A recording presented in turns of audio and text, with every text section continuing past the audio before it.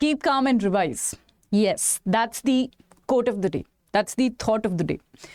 So current affairs एक ऐसा subject है जहाँ पर डेफिनेटली अच्छा कंटेंट पढ़ना, चीज़ों को अच्छे से समझना, वो सबसे पहला स्टेप होता है. बट हम जिस स्टेप को पूरा नहीं करते हैं बहुत सारे स्टूडेंट्स, वो अक्सर होता है रिवीजन. एग्जाम में फेल होने के बाद हमें ये रियलाइज़ होता है कि लैक ऑफ रिवीजन की वजह से मेरा सिलेक्शन नहीं हुआ. मैं नहीं चाहती मेरे स्टूडेंट्स को भी ऐसा फील हो. तो टाइम पे ही हम रिवाइज कैसे करना है, क्या तरीके हैं रिवाइज करने के, कितनी बार रिवाइज करना है, कितने महीने के करंट अफेयर्स कितनी बार रिवाइज करने हैं, कितनी बार पढ़ने हैं, ये आज के सेशन में मैं आपको बताने वाली हूँ. So let's get started. शुरू करते हैं आज का सेशन. बट शुरू करने से पहले अगर आप चैनल पर नए हैं, मेक श्योर एक बार सब्सक्राइब कर दीजिए. ऑल्सो अगर आपके पास अड्डा 24/7 का एप्लीकेशन नहीं है, वो भी डाउनलोड कर लीजिए, क्योंकि यहाँ से भी आपको daily current affairs, daily quizzes जो आप प्रैक्टिस कर सकते हैं फ्री में, मैगजीन, सब कुछ आपको यहाँ पर फ्री में अवेलेबल करवाया जाता है. चलिए, सो यहाँ पर मैं आपको 2-3 बस रूल्स बताने वाली हूँ, बहुत सिंपल, जो आप फॉलो करेंगे तो आपकी रिवीजन में बहुत ज़्यादा मदद होगी. सबसे पहले आपको अपनी प्रायोरिटीज सेट करनी पड़ेंगी. प्रायोरिटीज का क्या मतलब होता है?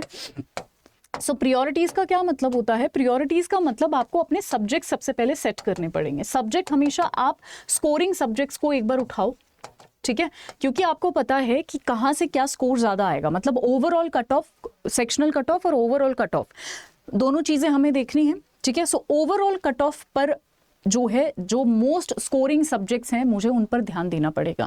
I am sure sectional cut off आपकी निकल जाएगी, ओवरऑल कट ऑफ में बहुत सारे स्टूडेंट्स रह जाते हैं. तो ओवरऑल कट ऑफ के लिए मैं स्कोरिंग सब्जेक्ट्स चुनूंगी. तो जहां कुछ ऐसे सब्जेक्ट्स होते हैं जहां मुझे पता है कि ये वाला मेरा वीक सब्जेक्ट है, इसको तो मैं बस इतना प्रिपेयर कर लूँ कि मेरा सेक्शनल कट ऑफ निकल जाए. बट ये वाला मेरा बहुत स्ट्रॉन्ग पॉइंट है, इसको मेरे को इतने अच्छे से करना है कि इसके मार्क्स मेरे ओवरऑल कट ऑफ में भी जो है कहीं ना कहीं काउंट हो. तो ये आपको प्रायोरिटाइज करना पड़ेगा, कौन सा सब्जेक्ट आपके फेवर में काम करता है, कौन सा नहीं करता है, और on the basis of marks as well. कि जैसे जीए आरबीआई में 80 नंबर का आता है तो हम उसको छोड़ ही नहीं सकते, मुझे उसका सेक्शनल भी देखना है और मुझे वहां से ओवरऑल नंबर भी लेकर आने हैं. रीजनिंग के भी सिमिलरली बहुत सारे मार्क्स हैं, तो इन दोनों को मुझे जो है ओवरऑल कट ऑफ के लिए अच्छे से पढ़ना पड़ेगा, ठीक है. सो अपनी प्रायोरिटी सेट करो कि आपको क्या, किस सब्जेक्ट पर ज़्यादा ध्यान देना है, किस सब्जेक्ट पर आप थोड़ा सा कम ध्यान दे सकते हो. ये आपने एक बार डिसाइड कर लिया, उठा लिए, इधर 4 सब्जेक्ट्स रख लिए मोस्ट इंपॉर्टेंट वाले, इधर 3 सब्जेक्ट रख लिए कि ठीक है इनका तो सेक्शनल निकल जाएगा, बहुत है. इधर वाला जो है यहाँ से मुझे मैक्सिमम मार्क्स गेन करने हैं जो मेरी ओवरऑल कट ऑफ भी क्वालिफाई करवाएंगे, ठीक है. ये प्रायोरिटाइज कर लिया. चलो, this was step number 2. Now step number 1. Step number 2 is, I am sure आप सभी लोग न्यूज़पेपर पढ़ रहे हैं. मैं पिछले 6 महीने से आपको बहुत बार बोल चुकी हूँ कि अखबार पढ़ना ही पढ़ना है. आप अगर मुझे फॉलो करते हैं तो मेरी मंथली मैगजीन 100% पढ़नी है, उसके साथ साथ अखबार भी पढ़ना है. क्योंकि देखिए, अखबार सिर्फ आपको पढ़ाता नहीं है, करंट अफेयर्स नॉलेज नहीं देता, आपका ओवरऑल पर्सनैलिटी डेवलपमेंट, आपके व्यू पॉइंट्स बनाना, ये सारी चीज़ें भी आपको देता है. इंटरव्यू के टाइम पे भी तो पढ़ोगे ना, तो अभी से पढ़ लो ना, मेंस में भी काम आएगा, प्रीलिम्स में भी काम आएगा, तो अभी से क्यों ना पढ़ें, राइट. अभी उसको आप कंटिन्यू रखो. एक बार आरबीआई या किसी भी एग्जाम का एक बार डेट्स आ जाने दो, नोटिफिकेशन आ जाने दो, उसके बाद हम छोड़ सकते हैं, बट उससे पहले कंटिन्यू रखिए. सो अखबार पढ़ने का जो सबसे सही तरीका होता है, अखबार में क्या है, आपको सबसे पहले पता होना चाहिए क्या पढ़ना है क्या नहीं पढ़ना है. वो सिलेबस और पीवाईक्यू से आपको पता चल जाएगा, ठीक है. तो मान लीजिए एक टॉपिक आया हुआ है अखबार में, लेट्स से फेमा के बारे में आया हुआ है, ठीक है, कि ये कोई XYZ बॉडी है, इसको फेमा के अंडर डाल दिया गया है, ठीक है. अब इतना तो ये करंट पार्ट हो गया, आप उस बॉडी का नाम याद रखेंगे. बट आपका एडिशनल काम पता है क्या होता है? आपको अलग से जाके विकिपीडिया पे जाके फेमा के बारे में सर्च करना होगा. सो बेसिकली आपको न्यूज़पेपर को कंबाइन करना है विकिपीडिया से. इससे पता है क्या होगा? इससे आपने फेमा शायद किसी महीने के करंट अफेयर में पढ़ा होगा, बट क्योंकि आज अखबार में आया है तो आपने विकिपीडिया से जाके उसको एक क्विक रिवीजन दे दिया, ठीक है. So it will help you in revising your topics. आपको पता भी नहीं चलेगा आपके क्योंकि आप डेली अखबार पढ़ रहे हो, डेली कुछ ना कुछ सर्च कर रहे हो, आपको पता भी नहीं चलेगा अखबार पढ़ते पढ़ते आपका कैसे बहुत सारे टॉपिक्स रिवाइज भी हो गए हैं साथ के साथ, क्योंकि आपने अलग से जल्दी से विकिपीडिया का मैंने आपको हमेशा बताया, पूरा विकिपीडिया नहीं पढ़ना होता, बस फर्स्ट पैराग्राफ पढ़ लो, वुड बी सफिशिएंट. पहला पैराग्राफ पढ़ लो. एक राइट साइड में एक टेबल बनी हुई होती है जहां पर पूरा लिखा होता है उस ऑर्गेनाइजेशन के बारे में, वो एक बार देख लो, बस उतना देखना होता है, ठीक है. सो इन दोनों को कंबाइन करो और फिर देखो कि आपका रिवीजन भी साथ के साथ हो रहा है. ठीक है। सो आप जो मंथली मैगजीन्स पढ़ते हो उनका तो रिवीजन मैं नेक्स्ट स्टेप में बताऊंगी कैसे करना है, बट अखबार पढ़ते पढ़ते भी हमारा कैसे रिवीजन हो रहा है ये जरूर ध्यान रखना है आपको। तो मेरा बहुत सारी चीज़ों का अपने आप ही रिवीजन हो जाएगा, मुझे अलग से टाइम निकालने की ही ज़रूरत नहीं है, ठीक है। And it hardly takes 10 minutes. चलिए, अब हमेशा आपको इतने सारे सोर्सेस नहीं रखने हैं, ना इतने सारे सोर्सेस रखने हैं, ना इतने, राइट इज दिस। आपको लेस सोर्सेस रखने हैं, ठीक है। लेस सोर्सेज इसलिए रखने हैं क्योंकि आपको दिमाग में ये रखना है कि मेरे को इन किताबों को एक बार नहीं पढ़ना है लाइफ में, मुझे इनको 4 बार पढ़ना है, ठीक है। मुझे क्या करना है, मुझे जो है इनको रिवाइज भी करना है, ठीक है। सो इसलिए हमें कम सोर्सेज रखने हैं। कम सोर्सेज रखोगे तो ही रिवीजन कर पाओगे। अगर सोर्सेज ही इतने ज़्यादा रख लिए तो वो मुश्किल से एक बार पढ़े जाएंगे, रिवीजन का टाइम नहीं होगा, और रिवीजन के बिना पढ़ाई कुछ भी नहीं है।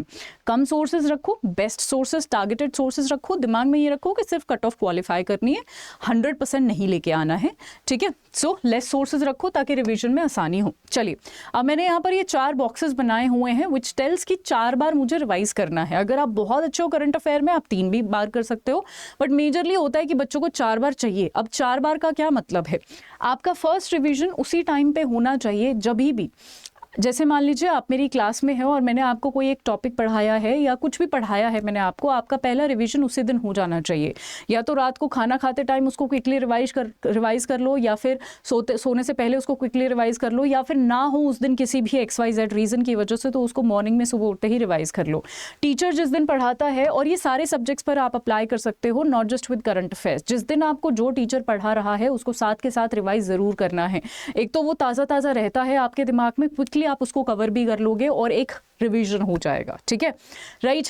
ठीक है जी। सो आपने वो क्लास जो है या वो PDF जो है या वो 10 पेज जो है इस दिन रिवाइज कर लिए, फिर उन 10 पेजों को फिर से उठा, फिर आगे आप पढ़ते जाइए। उन 10 पेजों को आप फिर से उठाइए 1 हफ्ते बाद। 1 हफ्ते बाद उन 10 पेजों को आप फिर से उठाएंगे और फिर से एक बार you will go through them, एक क्विक रिवीजन करेंगे, ठीक है। उसके बाद 15 या 20 दिन अगेन फ्लेक्सिबल रखेंगे हम, बहुत ज़्यादा ऐसा स्ट्रिक्ट नहीं है कि 15वें दिन ही करना है, कोई साइंटिफिक टेक्निक नहीं है इसके पीछे, ठीक है। और scientific technique I don't know if they works और नॉट, बट जो प्रैक्टिकल चीज़ें हैं जो मुझ पे काम करी हैं, जो मैंने टेस्ट की हैं, वही मैं आपको बता रही हूँ। सो 15वें या 20वें दिन आपको वो रिवाइज करना है दोबारा से वही 10 पेजेस उठा के, ठीक है। और आपको जो है आप मार्क भी कर सकते हो कि रिवाइज्ड वंस, रिवाइज्ड ट्वाइस, इस तरीके से थ्राइस अपना कोई मार्क लगा लो ताकि आपको पता चलता जाए हाँ आपने ये 2 बार रिवाइज कर लिया, ये वाले पेजेस 3 बार रिवाइज कर लिए, इससे आगे आप पढ़ना। इस तरीके से आप मार्क भी कर सकते हो, ठीक है। आपका लास्ट में 4th रिवीजन होगा, फाइनल रिवीजन। अब देखिए वो या तो आप एग्जाम से पहले भी कर सकते हैं या फिर आपका एग्जाम थोड़ा सा दूर है तो आप 1 मंथ में जो है, जो आपने पहले जो 10 पेज पढ़े थे उनको आपको 1 महीने के अंदर फिर से रिवाइज करना होगा, यानी 1 महीने में ही आपको जो है बार-बार रिवीजन करना होगा। अब मान लीजिए आपका एग्जाम ही 7 महीने बाद है, ठीक है। सो आप इन दिनों को बढ़ा सकते हैं आप, बट पहली रिवीजन सेम रहेगी, पहली रिवीजन पहले ही दिन करनी है। अगर आपका एग्जाम बहुत दूर बाद है, बहुत दिनों बाद है, तो दूसरी रिवीजन 20-25 दिन में कर लो, फिर 2 महीने में तीसरी रिवीजन कर लो, ऐसे थोड़ा थोड़ा बढ़ा दो। बट अगर आपका एग्जाम 2-3 महीनों में है ये स्ट्रैटेजी फॉलो करो। और एग्जाम के जस्ट पहले तो जो हमारा एकदम फाइनल होता है वो तो हमें 1-2 दिन पहले हम करते ही हैं, स्पेशली फैक्ट्स वाली चीज़ों का तो रिवीजन हम करते ही हैं, तो उसमें शायद मुझे बताने की ज़रूरत भी नहीं है कि that is also very very important. So basically कहने का मतलब ये है कि अपना टाइम इस तरीके से मैनेज करना है कि कुछ भी आप पढ़ रहे हो उसको एक बार नहीं पढ़ना है, उसको 4 बार पढ़ना है मिनिमम, तब जाके वो चीज़ मुझे याद रहेगी एग्जामिनेशन हॉल में, ठीक है। और इंटीग्रेटेड प्रिपरेशन करनी है। अगर आप RBI की तैयारी कर रहे हो तो प्रीलिम्स और मेंस एक किसी भी टॉपिक को इस तरीके से तैयार करो कि क्या क्वेश्चन इस टॉपिक में से प्रीलिम्स में पूछे जा सकते हैं और क्या क्वेश्चन इस टॉपिक में से मेंस में पूछे जा सकते हैं, और इंटरव्यूअर क्या पूछेगा, आपका उस टॉपिक पे एक पॉइंट भी होना चाहिए, एक व्यू पॉइंट भी होना चाहिए। सो ऐसे हमें पढ़ना है, ठीक है, अलग से नहीं पढ़ना है, क्योंकि टॉपिक्स तो वही है ना, सिलेबस तो वही है ना प्रीलिम्स और मेंस का। सारे ही एग्जाम्स का प्रीलिम्स और मेंस का सिलेबस सेम ही होता है। इनफैक्ट मेंस का ही सिलेबस होता है, प्रीलिम्स का कोई सिलेबस ही नहीं होता है। मेंस के सिलेबस से ही हम प्रीलिम्स की चीज़ें डिसाइड करते हैं, राइट। थोड़ा सा PYQ को एनालाइज करके, मेंस को एनालाइज करके तभी हम जो है प्रीलिम्स का अंदाज़ा लगाते हैं। सो मेंस की इंटीग्रेटेड तैयारी करनी है और रिवीजन करते रहना है, ठीक है। इस राइट। सो ये मैं फेज़ 1 का बता रही थी, आपको अकॉर्डिंगली फेज़ 2 वाले टीचर्स फेज़ 2 का भी बता देंगे कैसे रिवीजन करना है। ये मैं आपको फेज़ 1 का बता रही थी, क्लियर है। चलिए, सो ये आई थिंक आपको क्लियर हो गया होगा।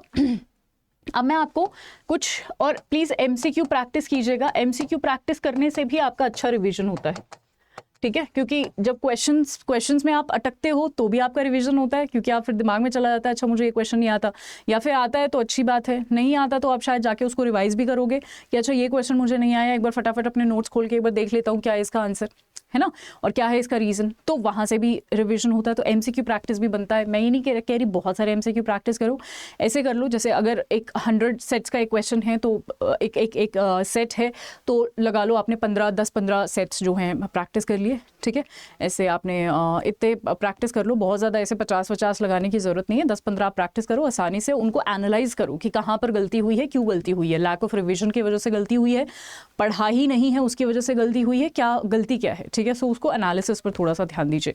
एमसीक्यू से मुझे याद आया, ध्यान दीजिएगा संडे को 6 बजे अडर 24/7 रेगुलेटरी बॉडीज़ के यूट्यूब चैनल पर 6 बजे, ध्यान से सुनिएगा, 6 बजे जो है संडे को मैं आ रही हूँ टॉप 30 एमसीक्यूज़ के साथ, ठीक है, ताकि अगेन आपका जो भी करंट अफेयर मैंने अब तक पढ़ाया है उसका एक अच्छा सा रिवीजन, एक मैराथन, एक बढ़िया सी मैराथन मैं ले रही हूँ। जितने भी अभी रिसेंटली एक आध महीने में जो भी हमारे इंपॉर्टेंट करंट अफेयर्स रहे हैं उनमें से 30 एमसीक्यूज़ मैंने बनाए हैं और वो संडे को 6 बजे यूट्यूब पर वो सेशन आने वाला है। मेक श्योर आप देखिएगा, उसकी PDF भी मैं फ्री में आपके साथ अपने टेलीग्राम पर शेयर करूँगी, ठीक है। सो अगेन आपके रिविजन में ही वो मदद करेगा, ठीक है जी। चलिए PDF कहाँ पर मिलेगी, PDF मिलेगी मेरे यहाँ पर, ठीक है, ये मेरा क्या है, टेलीग्राम है। अब मैं आपको यहाँ पर बताना चाहती हूँ कि हम एक जो है, अब ये रिवीजन की बात तो आ गई बट कंटेंट भी अच्छा होना चाहिए हमारा जिसको आपको रिवाइज करना है, राइट।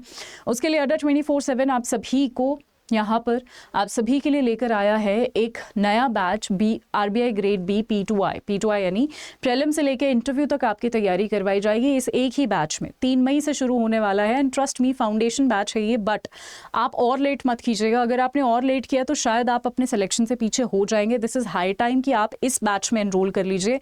इससे और लेट हुए तो सिलेक्शन होना फिर मुश्किल है। फिर आप हमसे पूछेंगे कि मैम अभी 2 महीने में सिलेक्शन हो जाएगा क्या, 1 महीने में सिलेक्शन हो जाएगा क्या, और हम बहुत मुश्किल हो जाएगी हमारे लिए भी ये बोलना कि अब तो लेट हो गए हो आप, ठीक है। So this is, I think this is the last batch जिसमें आपको एनरोल कर लेना चाहिए if you are the serious candidate. तो अब तक नहीं किया तो अभी भी कर लो, आखिरी मौका है।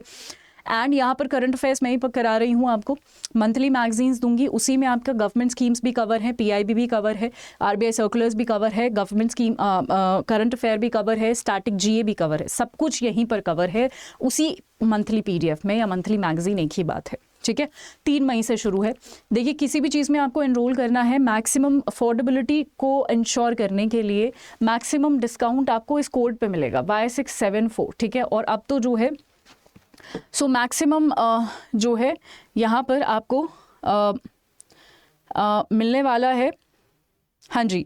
सो मैक्सिमम आपको मिलेगा यहाँ पर डिस्काउंट इस कोड पर। And let me just tell you, मैं आपको एक और चीज़ बता दूँ यहाँ पर। अच्छी बात ये है कि अभी जो है, जैसे हमारा सेशन बहुत इंपॉर्टेंट होता है, बहुत अच्छे समय पर शुरू होता है, डबल वैलिडिटी और मैक्सिमम डिस्काउंट, 80% डिस्काउंट और डबल वैलिडिटी भी शुरू हो गई है। ये हमेशा नहीं रहती है इतनी वैलिडिटी। सो डबल वैलिडिटी भी शुरू हो गई है, 80% डिस्काउंट भी शुरू हो गया है। तो आई थिंक ये तो सोने पर सुहागा हो गया। So you should not miss this.